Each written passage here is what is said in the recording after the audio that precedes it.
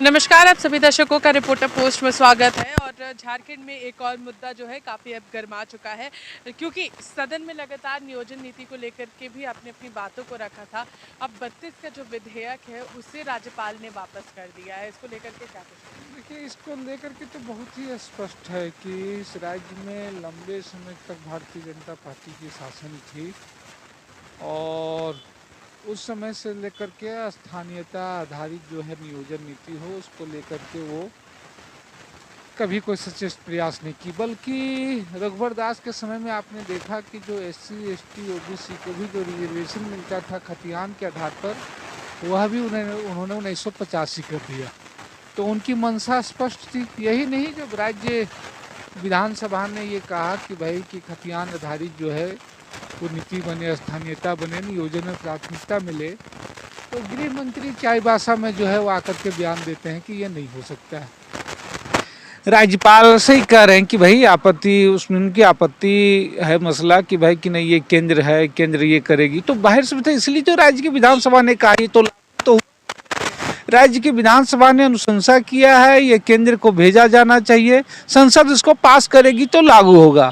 तो प्रस्ताव भेजने में तो मुझे नहीं लग रहा है कि कोई दिक्कत है। तो इसलिए ये मंशा स्पष्ट है। पूर्व के भाजपा का शासनकाल, गृह मंत्री का चाईबासा में बयान और राज्यपाल का जो है रिटर्न करना, तीनों प्रक्रिया जो है एक दूसरे से जुड़ी हुई है।